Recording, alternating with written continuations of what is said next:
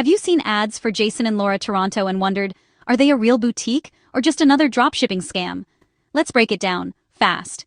Their website tells this cozy story about an older couple retiring in Toronto after 26 years in fashion. Sounds sweet, right?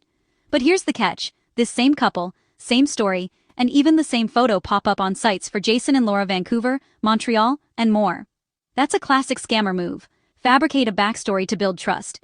Next, take a closer look at the product photos. Some look AI generated, others look like they were straight up lifted from sites like AliExpress or Shein. The styles, lighting, even the models, they just don't match up.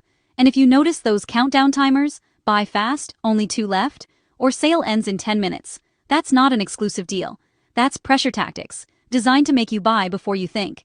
But let's talk about what really matters. Actual customer experiences. On Reddit and Trustpilot, people complain about orders never arriving, or waiting months, only to receive poor quality knockoffs.